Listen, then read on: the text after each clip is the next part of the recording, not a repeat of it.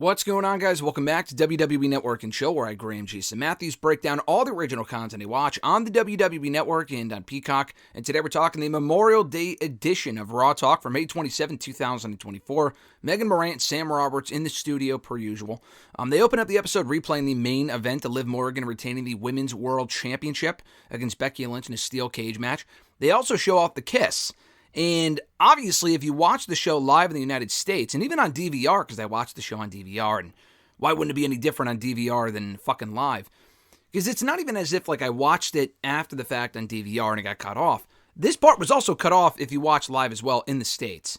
Elsewhere, I guess it aired live and you were able to see it in other markets, countries, whatever.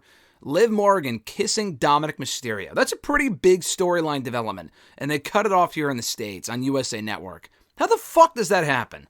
That is like Bush level league shit. Bush league level shit. That is crazy. Sam Roberts says the kiss was only speculation. There was no reciprocation there from Dominic. They really go all in on the kiss and they can't get over it. They talk about it for the rest of the episode. Before then, though, they replay the Braun Strowman squash of JD McDonough. They also replay Authors of Pain beating the Creed brothers. We hear from the Final Testament backstage afterward. Karrion Kross talks about what is going to happen if Xavier Woods does not get out of Kofi Kingston's shadow, in his own words. They're going to grow old and talk about Kofi being WWE champion. He says Xavier Woods really won't have a whole lot to talk about because he was never a world champion or a champion on his own. He did win King of the Ring 3 years ago, but I guess we're forgetting about that. He says it's time the audience help out Xavier Woods. So they hype up New Day versus Authors of Pain for next week's show. They replay Sheamus and Ludwig Kaiser brawling on Raw, leading to their match next week on the show. We hear from Ludwig Kaiser backstage with Kathy Kelly. I think Kathy Kelly did all the interviews on Raw Talk this week. No Jackie Redmond. She's probably off doing hockey shit, I would imagine. Unless she was on Raw and I missed it. I don't remember. But anyway, Ludwig Kaiser says that may have been his plan the whole time, for Sheamus to follow him backstage and to brawl with him, blah, blah, blah. He advises Sheamus to bring his A game next week because he himself is the A+ specimen. I guess that's the new nickname for Kaiser, unless it has been and I just missed it. They replay Bronson Reed beating Otis in the whole post-match segment with Alpha Academy and Chad Gable looking to abuse and discipline Otis before Sami Zayn made the save. That whole great segment, easily the highlight of the show.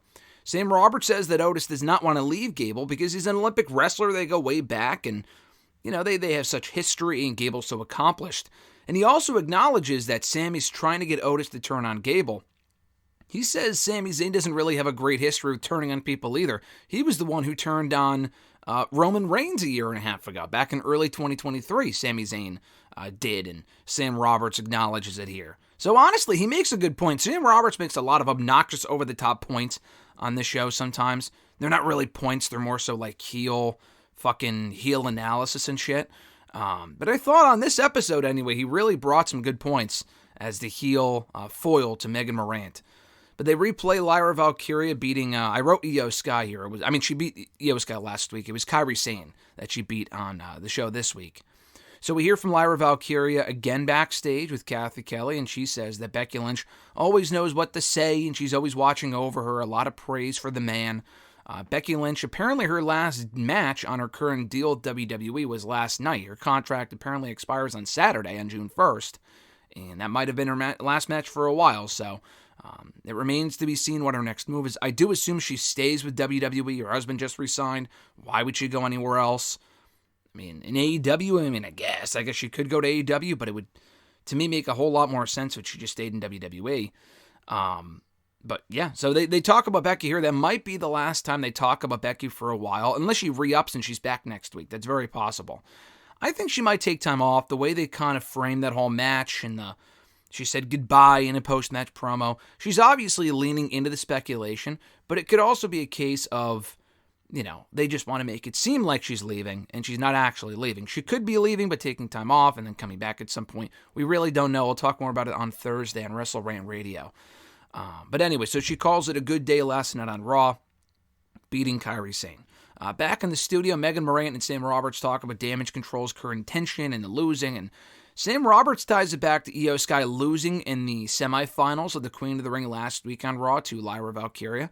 You can go back even further than that, though. Dakota Kai and Kairi Sane lost that number one contenders fatal four-way match on Raw last week. and they failed to become the number one contenders to the tag team titles.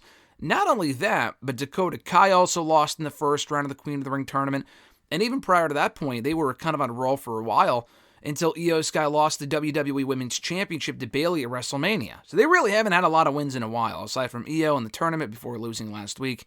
So I can understand the tension there. I don't know if they're going to split up or they're just kind of, teasing, some bad luck in the group. I'm not sure. They replay Ricochet facing Ilya Dragunov before Braun Breaker got involved and attacked both men.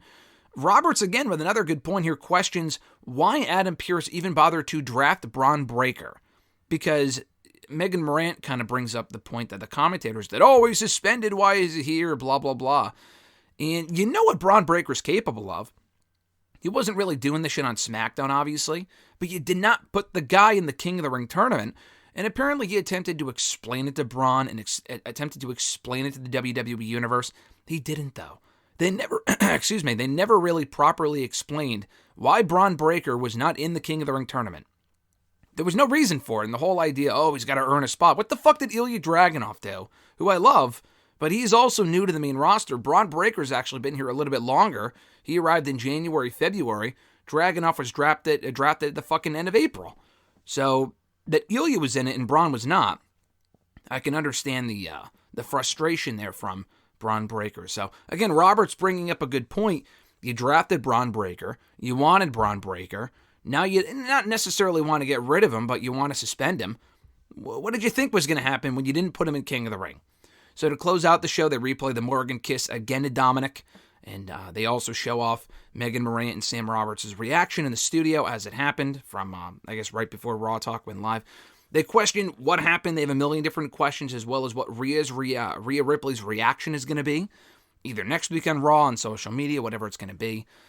Again, Roberts did bring up how Dominic did kiss her, but at the same time, it's not like he embraced it and he kind of stood there shocked and confused.